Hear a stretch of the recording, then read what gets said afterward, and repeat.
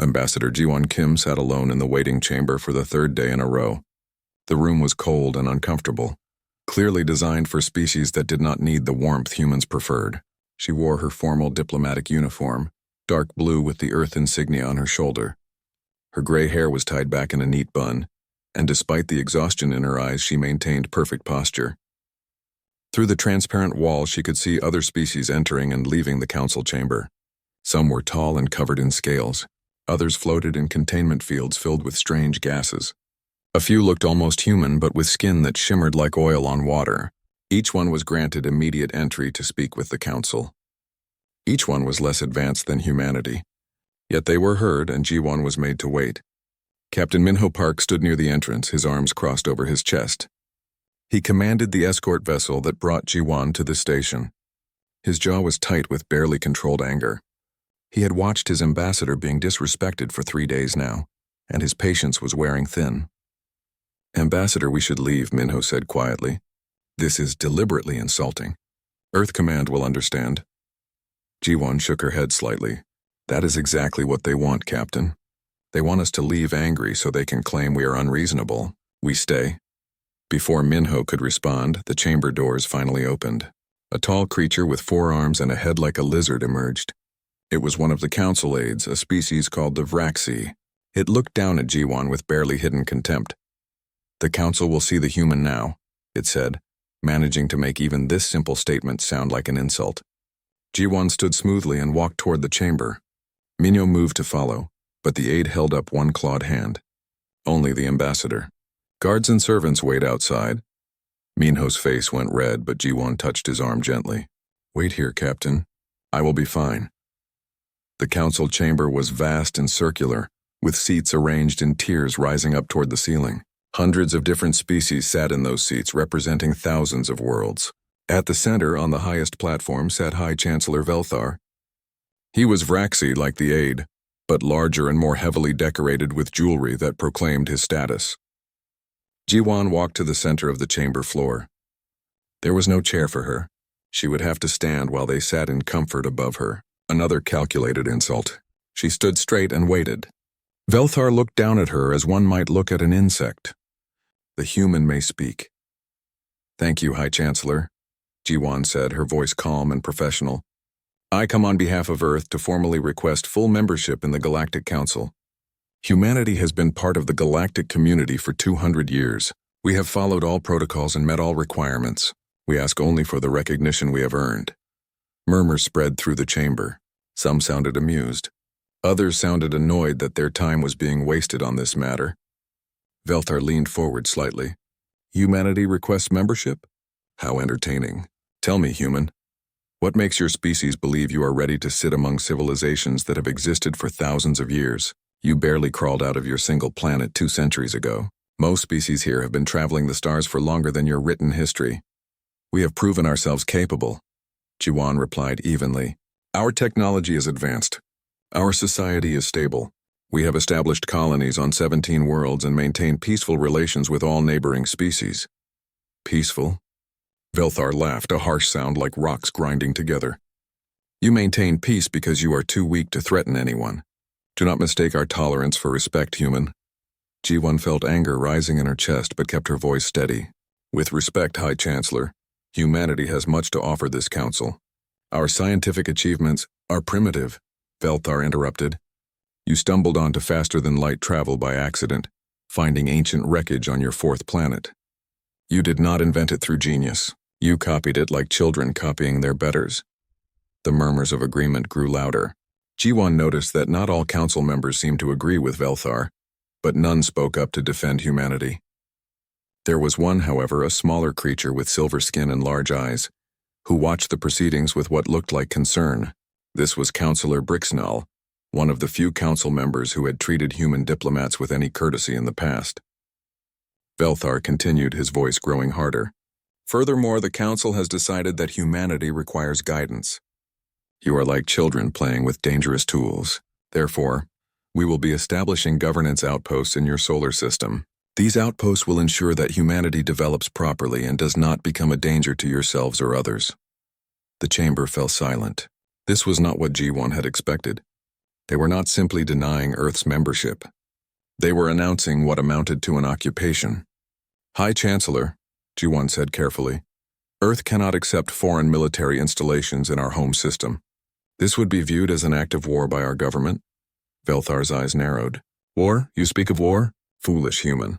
You have no concept of what war means at the galactic scale.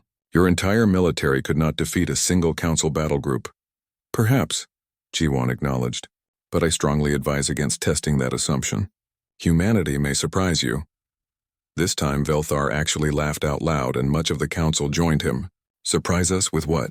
Your ships are slow and poorly armed. Your worlds are barely defended.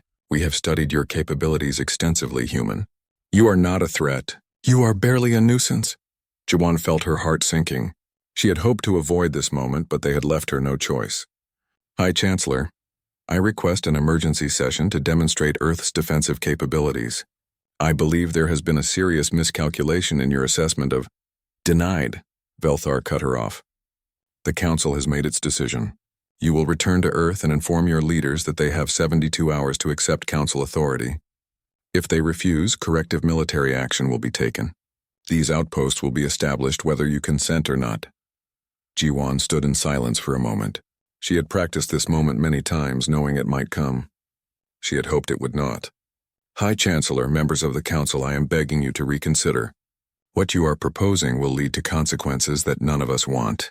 Humanity does not wish for conflict, but we will defend our sovereignty. Please, allow me to show you why this course of action is a mistake. Enough, Velthar declared. You have 72 hours. That is our final word. This audience is concluded. Ji-won bowed slightly, a gesture of respect she no longer felt. As she turned to leave, she caught Counselor Brixnell's eye. The small creature looked genuinely worried. That at least was something. Captain Minho was waiting outside, and the moment he saw Ji-won's face, he knew it had gone badly. Captain, Ji-won said quietly as they walked back toward their vessel.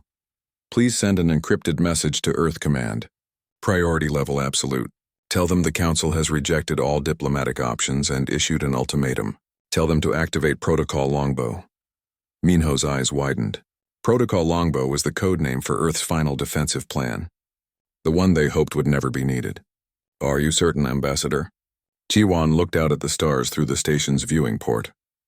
Somewhere out there was Earth, her home, the planet that had given humanity everything. They would not surrender it without a fight. I am certain, Captain. The Council thinks we are helpless children. They are about to learn that humanity grew up in a very dangerous neighborhood. We learned to be ready for monsters. Send the message. As they boarded their ship and prepared to depart, none of the Council members paid them any attention.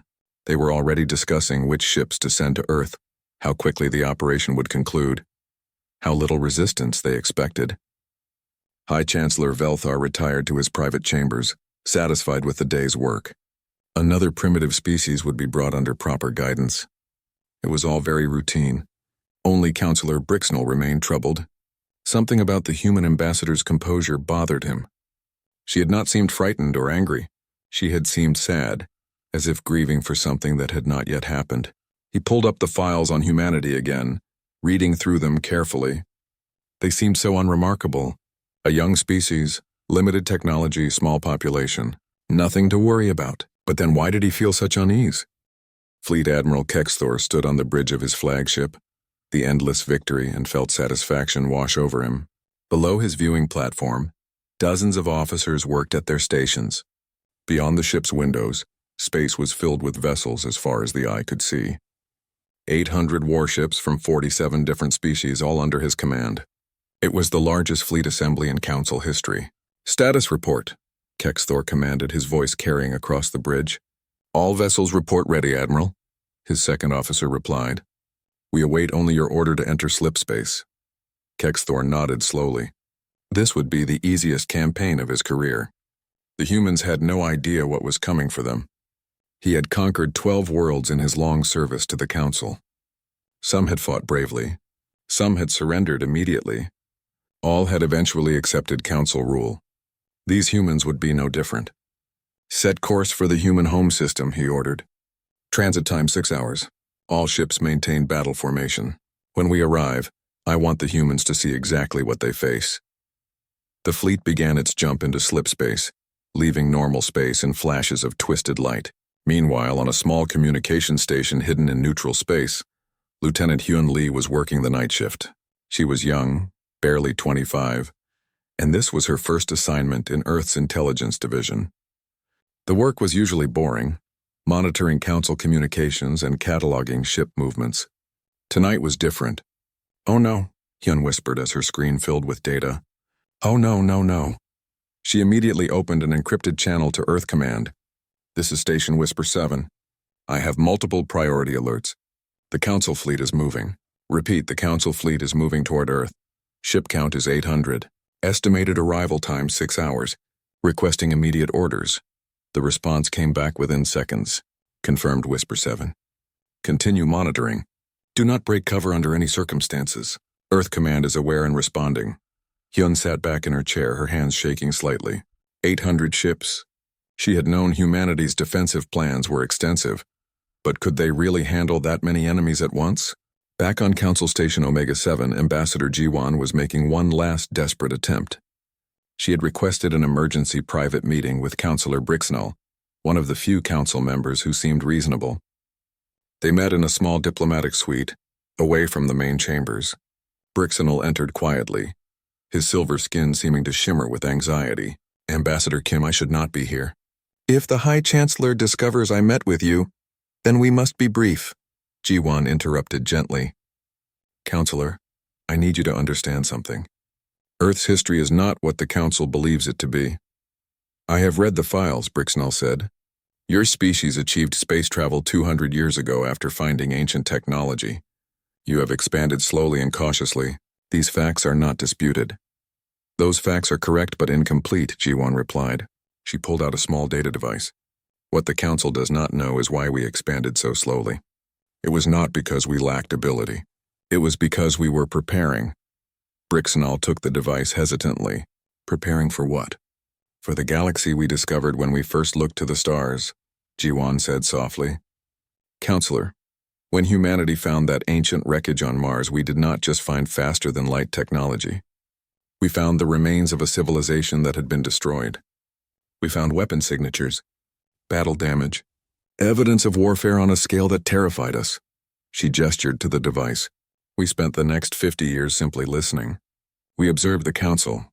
We watched how new species were treated. We saw strong species dominate weak ones. We saw the Council enforce its will through military might, and we made a decision." "What decision?" Brixnell asked, though he felt he already knew the answer. "We decided that if we entered the galaxy, we would do so from a position where no one could ever force us to submit. Every colony we built, every station we constructed, every seemingly civilian outpost was designed with one purpose: to make Earth impossible to conquer. We spent 200 years turning our entire solar system into a fortress." Brixnell's large eyes widened. "You are claiming your defensive capabilities are greater than the Council knows?" "I am saying that your fleet is sailing into a trap," Ji-won said urgently. "I am saying that 800 ships sounds like overwhelming force to you, but to us it is 800 targets. Please, Counselor, you seem like a good person. Help me stop this before it is too late." Brixnell looked at the data device in his hands. Part of him wanted to dismiss this as human bravado, the desperate bluff of a weaker species, but the ambassador's eyes held no deception. She was not boasting. She was pleading. "I will try," he said finally. "But the High Chancellor is convinced this will be a simple operation. He will not listen to me easily." "Try anyway," Ji-won begged. "Because if that fleet reaches Earth, it will not return, and then there will be no path back to peace." Brixnell hurried from the room, the data device hidden in his robes. He went directly to the High Chancellor's office, requesting an immediate audience. Velthar granted it, though he seemed annoyed by the interruption. "This had better be important, Brixnell." "High Chancellor, I have received information from the human ambassador. I believe we should delay the fleet's arrival and review." "Information from the human?" Velthar's voice was cold. "And you believed her? You come to me with enemy propaganda?" "Sir, please just look at the data." "If there is even a chance that—" "There is no chance," Velthar cut him off. "The humans are desperate and lying. Our intelligence is thorough. Fleet Admiral Kexthor has conquered far stronger species than these primitives. You will not mention this again, Brixnell. I am disappointed that you let yourself be manipulated so easily. Brixenol left the office, his heart heavy. He had tried. Now all he could do was watch. Aboard the UNSS Indomitable, Captain Minho received new orders from Earth Command. He read them twice to be sure he understood correctly. "Attention all crew," he announced over the ship's communication system. "We are implementing Evacuation Protocol Delta. All non-essential personnel will board the stealth shuttles immediately. Essential crew will remain until final phase." This is not a drill. His crew moved efficiently, having practiced this exact scenario dozens of times. They knew what was coming. The Indomitable was not a warship despite its appearance. It was bait. A sacrifice to make the Council believe they understood Earth's capabilities. As the shuttles departed silently, their stealth systems making them invisible to the station's sensors, the Indomitable itself began to transform. Hidden panels in the hull slid open, revealing sensor arrays of incredible sophistication. The ship was not meant to fight. It was meant to watch and record everything that was about to happen. In Earth's solar system, Defense Coordinator Doyen Han sat in a command center buried deep inside one of Saturn's moons. Around him, dozens of officers monitored screens showing every corner of the solar system. They had been preparing for this moment for 200 years. Every human alive knew about the defensive network. Children learned about it in school. It was humanity's insurance policy against a hostile galaxy. "Status?" Doyen asked calmly. "All defensive platforms are online and ready," an officer reported. "The asteroid belt weapons are charged. Planetary accelerators are in standby mode. Stealth mines are positioned. We have confirmed targeting solutions for all 800 incoming vessels. Time until Council fleet arrival? 3 hours and 42 minutes, sir." Doyen nodded. He was an older man in his 60s, and he had spent 30 years working on Earth's defenses. He had hoped this day would never come. He had prayed the Council would be reasonable. But humanity had learned long ago that hope was not a strategy. "Send message to all defensive stations," he ordered. "Weapons hold. We fire only if fired upon. If there is any chance of peace, we take it." Throughout the solar system, thousands of hidden weapons platforms received the order. Guns built into asteroids, missile batteries hidden on moons, energy weapons concealed in debris fields, ships disguised as mining vessels. All held their fire waiting. In slipspace, Fleet Admiral Kexthor gathered his senior officers for a final briefing. "Gentlemen, this operation will be concluded swiftly. The humans have perhaps 24 warships to defend their home world. We have 800. The mathematics are simple. When we arrive, we will position the fleet in a standard blockade formation around their 4th planet. We will give them one final chance to surrender. If they refuse, we will disable their orbital defenses and land peacekeeping forces. Expected resistance minimal. Expected casualties negligible. Expected duration 4 hours from arrival to complete control." His officers nodded confidently. This was routine. They had done this before. Only Navigator Yuji, a young officer recently promoted, dared to ask a question. "Admiral, what if the human ambassador was telling the truth? What if they have hidden defenses?" Kexthor smiled indulgently. "Then we will destroy those defenses too. Young Yuji, I understand your caution, but trust in our intelligence services. Trust in our technology. Trust in the simple fact that 800 warships have never lost a battle in Council history. The humans are brave to resist, but bravery without strength is just suicide with extra steps." Fleet Admiral Kexthor stood on his bridge and felt the satisfaction of a predator spotting easy prey. His tactical display showed the human defensive positions clearly. 23 ships, arranged in what appeared to be a protective formation around their home world. Against his 800 vessels, it was laughable. "All ships advance to battle formation Theta," he commanded. "Maintain spacing. I want the humans to count every ship we have. Let them understand how hopeless their situation is." The massive fleet began moving deeper into the solar system, their formation perfect and intimidating. They passed Neptune without incident. They crossed the orbit of Uranus smoothly. Everything seemed routine. Navigator Yuji kept staring at his sensors, his discomfort growing. "Admiral, those gravitational anomalies I mentioned, they are increasing as we advance into the system. I am now detecting tens of thousands of small mass signatures. The distribution is too regular to be natural."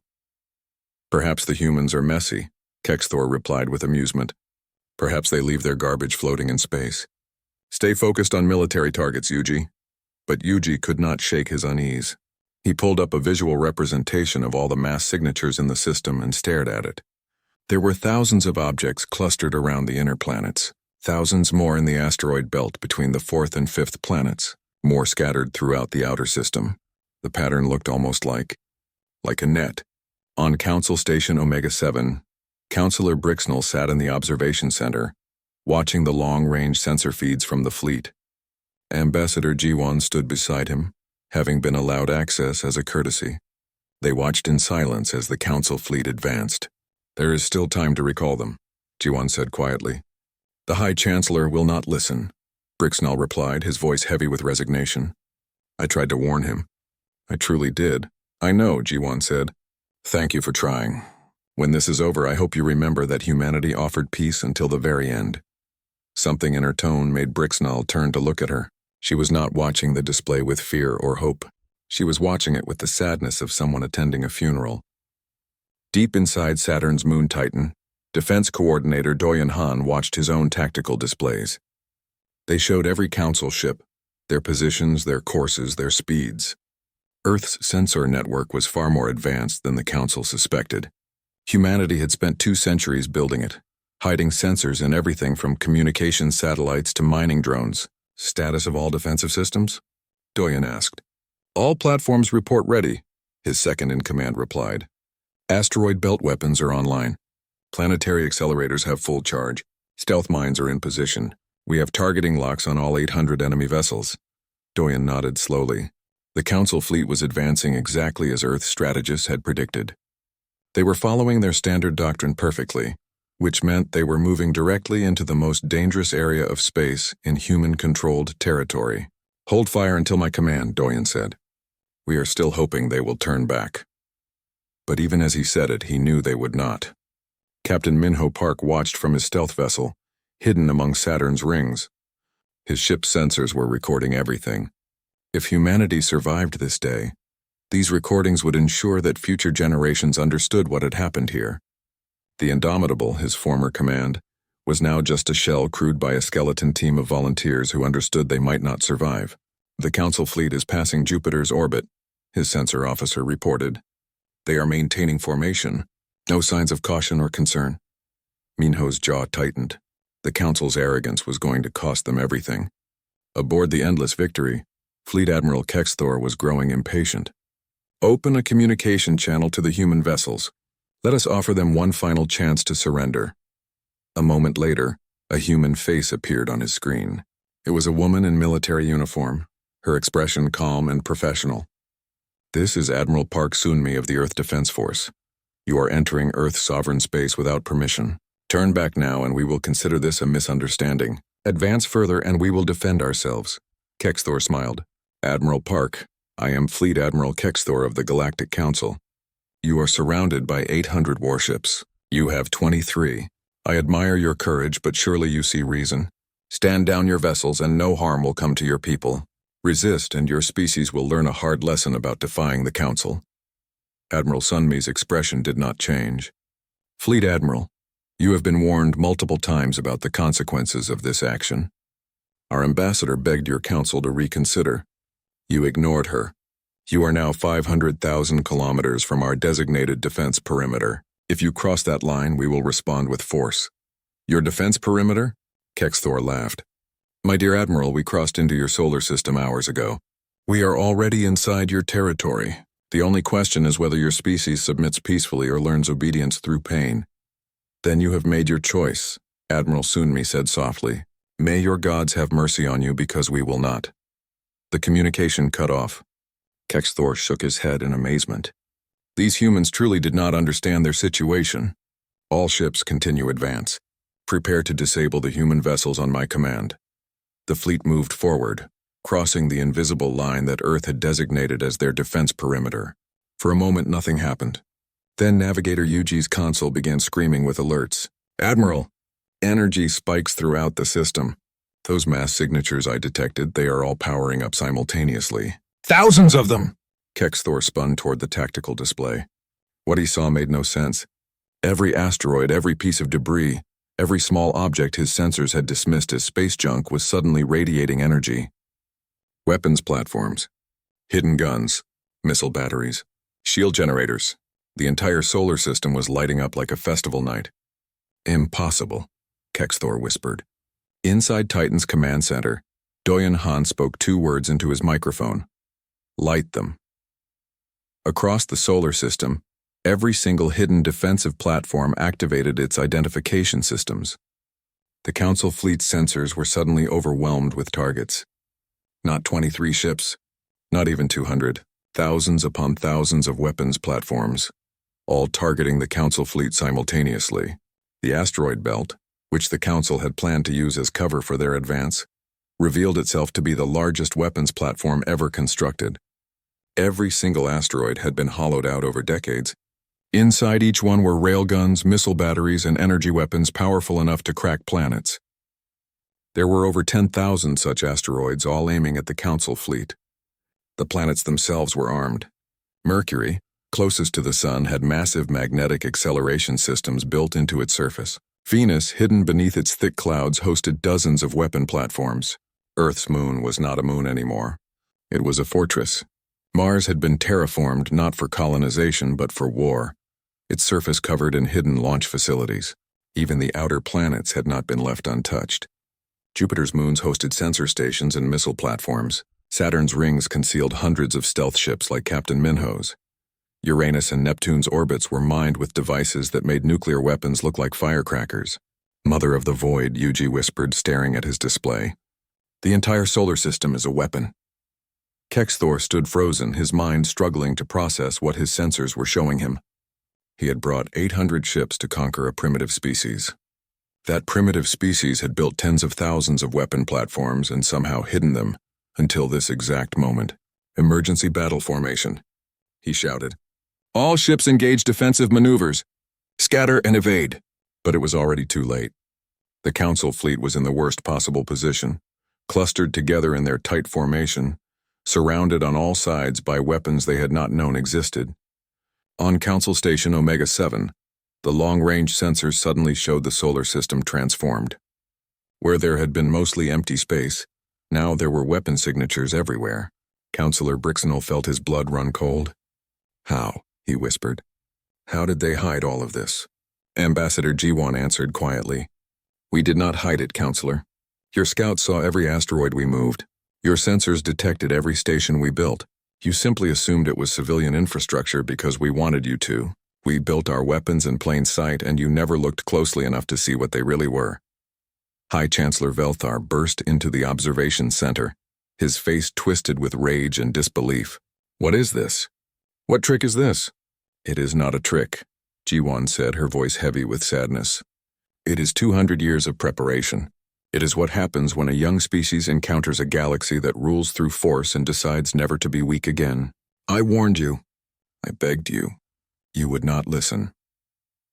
On the bridge of the Endless Victory, Kexthor was shouting orders desperately. All ships scatter. Break formation. Get us out of this trap. His fleet was trying to respond, but they were in chaos. Ships were breaking formation in every direction, trying to create space, trying to find escape routes. But everywhere they turned, they found more weapons targeting them. The moment Defense Coordinator Doyen spoke the word swords, everything changed. The hidden weapons platforms throughout the solar system did not fire immediately. Instead, something far more terrifying happened. Beneath the surfaces of Mercury, Venus, Earth's moon, and Mars, massive magnetic acceleration systems activated. These were not weapons in the traditional sense. They were planetary-scale launchers built over 2 centuries, each one capable of accelerating objects to a fraction of light speed. Fleet Admiral Kexthor saw his tactical display light up with new contacts. Millions of them. Small objects, each no larger than a ball that children play with, suddenly appearing on sensors throughout the system. They had been there all along, invisible to his scanners, positioned carefully over months by stealth vessels. Now they were active, their guidance systems coming online. What are those? Kexthor demanded, pointing at his screen. Navigator Yuji's hands shook as he analyzed the readings. Admiral, they appear to be simple kinetic projectiles. Metal spheres. Thousands of them surrounding every ship in our fleet. Kinetic projectiles? Kexthor felt a moment of relief. Kinetic weapons were primitive. His ships had shields designed to stop far worse. Raise shields to maximum. All ships prepare point defense systems. But then the planetary accelerators fired. They did not target the Council ships directly. Instead, they locked onto those millions of small metal spheres floating in space. In a fraction of a second, magnetic fields powerful enough to be seen from orbit grabbed the projectiles and hurled them forward. The physics were simple but devastating. Each metal sphere weighed perhaps 5 kilograms. When accelerated to 30% of light speed, each one carried the kinetic energy of a small nuclear explosion. And there were not dozens of these projectiles, not hundreds. There were millions. The first ship to die was the Endless Victory itself. 3 tungsten spheres, each accelerated to impossible speeds, struck the flagship within a millisecond of each other. The Council's shields were powerful, designed to stop energy weapons and normal kinetic weapons. They were not designed for projectiles moving at relativistic speeds. The spheres passed through the shields as if they were not there. The first one struck the ship's forward hull and instantly converted a section 50 meters wide into superheated plasma. The second struck near the engines. The third hit the bridge section. The kinetic energy released was so immense that it created a shockwave visible from Earth. The Endless Victory simply ceased to exist as a functional vessel. One moment it was there. The next it was an expanding cloud of debris and radiation. Fleet Admiral Kexthor did not even have time to scream. One instant he was standing on his bridge, the next he was gone, along with everyone aboard his ship. Across the solar system, the same thing happened to 799 other Council vessels. The attack had been calculated with mathematical precision. Each ship faced between 3 and 12 projectiles depending on its size and importance. The smaller escort vessels received 3 hits each. The larger battleships received 12. None of it mattered. Against relativistic kinetic weapons, there was no defense. Captain Minho Park watched from his hidden position in Saturn's rings. His sensors recorded everything, but his mind struggled to process it. The entire Council fleet was dying. Not fighting and losing, not retreating in defeat, but simply dying. Hundreds of ships turned into clouds of debris in seconds. It was not a battle. It was an execution. His communications officer looked at him with wide eyes. "Captain, the entire fleet. They are all gone." "I know," Minho whispered. He felt no joy in this. 800 ships meant hundreds of thousands of crew members. Different species, different cultures, but all living beings who had woken up this morning not knowing they would die today. He thought of his own crew safely hidden throughout the system, and felt grateful they were alive. On Council Station Omega-7, the observation center had gone completely silent. The long-range sensors showed 800 ship signatures one moment, and nothing but debris fields the next. High Chancellor Velthar stood frozen, staring at the displays as if he could change what they showed through will alone. Councillor Brixnell turned to look at Ambassador Jiwan. The human diplomat had tears running down her face. "You are crying?" Brixnell asked in confusion. "Your people just won a great victory." "We did not want victory," Jiwan said, her voice breaking. "We wanted peace. All those lives lost because your leaders would not listen. Do you think we celebrate this? We are humans, Counselor. We know the cost of war. We remember our own history when we nearly destroyed ourselves. We built these defenses hoping never to use them. And your council forced us to kill hundreds of thousands." She wiped her eyes and straightened her shoulders. "How long before your leadership understands what just happened?" The answer came within minutes. A communication request from Earth appeared on the observation center's main display. High Chancellor Velthar, still in shock, did not respond. Brixnell reached over and accepted it. Defense Coordinator Doyen's face appeared on the screen. He looked tired and sad, not triumphant. "High Chancellor Velthar, members of the Galactic Council, my name is Defense Coordinator Doyen Han. I am speaking to you from Earth's Defense Command. Your fleet has been neutralized. Not defeated, not damaged, neutralized, gone. This engagement lasted exactly 17 seconds from first shot to last." He paused to let that sink in. "I want to be very clear about something. What you just witnessed was our defensive capability. We have not yet deployed a single offensive warship. Every weapon you saw was a fixed defense platform. If we choose to go on the offensive, if we choose to bring our fleet to you, there will be nothing you can do to stop us." Velthar finally found his voice. You murdered 800 ships. Hundreds of thousands of... We defended our home, Doyen interrupted, his voice hard as steel. After warning you repeatedly, after our ambassador begged for peace, after giving you every opportunity to turn back. You chose to attack us, High Chancellor. We simply chose to survive. He leaned forward, his eyes intense. Now we come to a decision point. You can accept that humanity is not some primitive species to be conquered. You can work with us to establish genuine peace and cooperation. Or you can try to destroy us and we will respond by destroying you, not just your fleets, your worlds, your stations, your entire civilization. We have the capability and you just saw proof of it. This is madness, Velthar whispered. You cannot threaten the entire council. We are not threatening, Doyen said quietly. We are stating facts. Your fleet came to conquer us. It is gone. If you send another fleet, it will be gone too.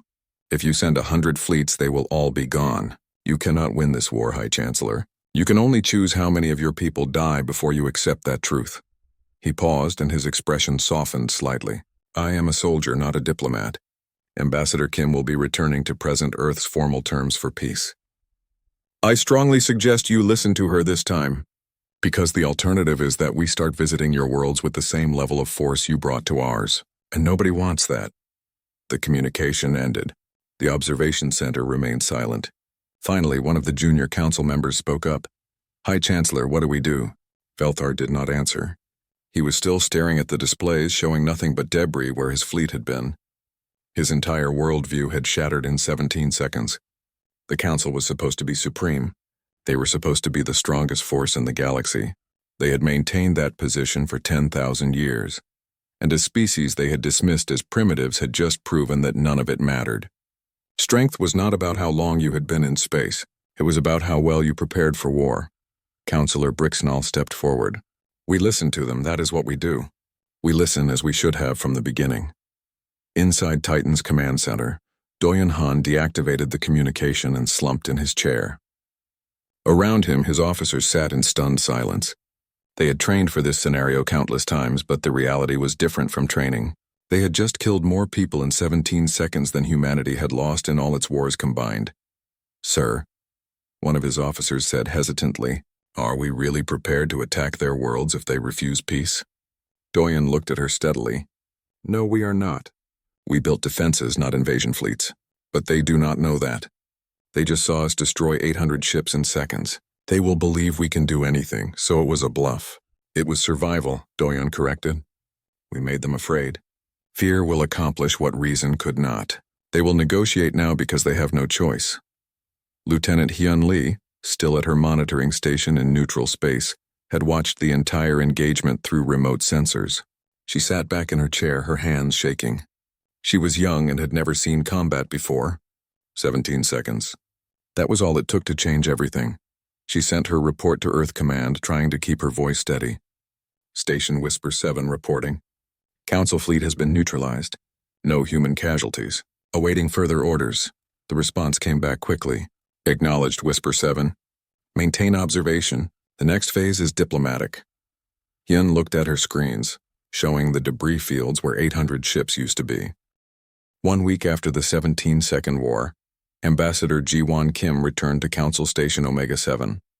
This time, there was no waiting period. The moment her ship docked, an entire delegation of council members came to greet her personally. High Chancellor Velthar was among them, though he looked like he had aged decades in the past 7 days. Ambassador Kim, Velthar said, his voice lacking all its previous arrogance. The council requests your immediate presence. We are ready to discuss peace terms. Ji-won nodded gracefully. She was accompanied by Captain Minho Park, who wore his full dress uniform and walked slightly behind her.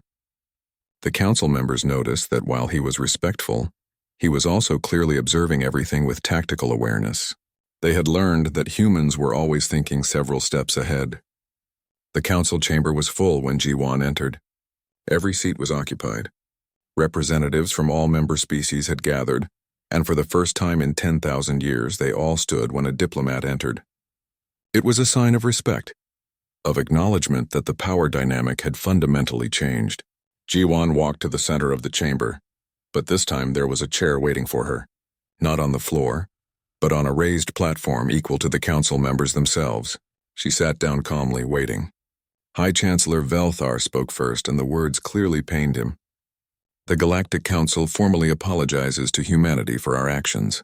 We acknowledge that we made a grave error in judgment. We recognize Earth's sovereignty over its claimed territories and all human colonies. We withdraw any claim to establish governance outposts in your space. We ask for peace. The chamber was silent. Every species present understood what was happening. The Council had never apologized before, never admitted error, never asked for anything. They commanded and others obeyed. But 800 destroyed ships had taught them humility. Jiwan stood and spoke clearly so all could hear. On behalf of Earth and all human colonies, I accept your apology.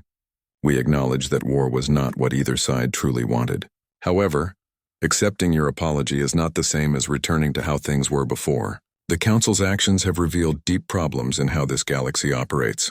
If we are to have genuine peace, these problems must be addressed. She pulled out a data device, and a holographic display appeared in the center of the chamber, visible to all. These are Earth's terms. I will explain each one. The first item appeared. Counselor Brixnell read it aloud. The Galactic Council must transform from a military enforcement body into a genuine diplomatic organization. All member species shall have equal voting rights regardless of military strength or technological level.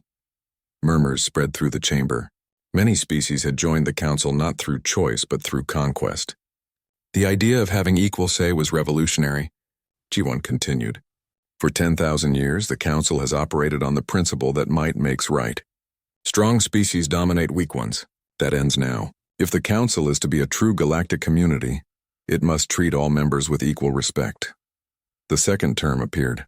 Earth will share its defensive technology freely with any species that requests it. We will not share offensive weapons, but we will help any world that wants to defend itself from aggression. Velthar spoke up. You would arm other species against us? Against anyone, Jiwan corrected, including against us. We believe that peace is not achieved by one strong power protecting everyone else. Peace is achieved when everyone is strong enough that war becomes pointless. We will help create a galaxy where no one can be conquered, where every species can feel safe. The third term appeared, and this one caused the most reaction. Earth requests full Council membership with one specific authority. We want veto power over any military action proposed by the Council. We do not seek to control economic policy, trade agreements, or diplomatic matters. Only military decisions. You want control over our military? One Council member objected. We want to ensure that what happened to us never happens to anyone else, Jiwan replied firmly. We want the power to stop wars of conquest before they begin. If a species truly threatens galactic peace, the Council can still act. But it will require genuine discussion and consensus, not just the strong attacking the weak. The fourth term appeared. All Council species that participated in the attack on Earth must contribute to a new fund. This fund will be used to protect developing species from aggression. We are not asking for reparations to Earth. We are asking you to help protect others as you should have protected us. Velthar nodded slowly. These terms are acceptable. Is there anything else? Yes, G1 said quietly. One final term, and this one is non-negotiable. The Council must publicly acknowledge what happened here. You must tell every species in the galaxy that you attacked a peaceful world and lost. You must admit that humanity tried to avoid conflict and you forced it upon us. The truth must be known. The chamber erupted in protests. Many Council members objected, saying it would make them look weak, that it would encourage rebellion, that it would destroy the Council's authority. Jiwan waited for them to quiet down, then spoke. The Council's authority was built on fear, on the belief that no one could stand against you.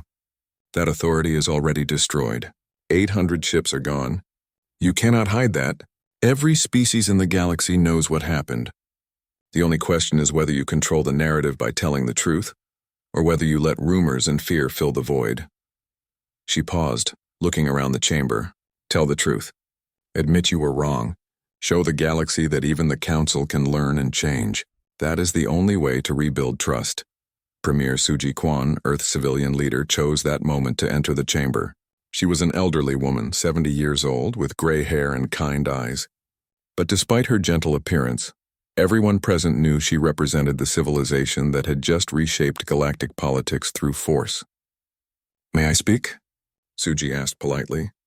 Velthar nodded, unable to deny her anything at this point. Suji walked to stand beside Jiwan. Members of the Council, I am Suji Kwan, Premier of Earth. I came here to help you understand something important. My people are not warriors. We do not love fighting. We do not seek glory in battle. But we remember. We remember a time when we almost destroyed ourselves with nuclear weapons. We remember wars that killed millions. We remember the edge of extinction. She looked around the chamber, making eye contact with different council members. When we first reached space and saw how this galaxy operated, we were terrified. We saw strong species dominating weak ones. We saw the council enforcing its will through military might. And we made a choice. We chose to be strong enough that no one would ever be able to force us to submit. We spent 200 years preparing for the worst day possible. That day came 1 week ago. You brought 800 ships to conquer us. We destroyed them in 17 seconds. But do you know what? We are not celebrating.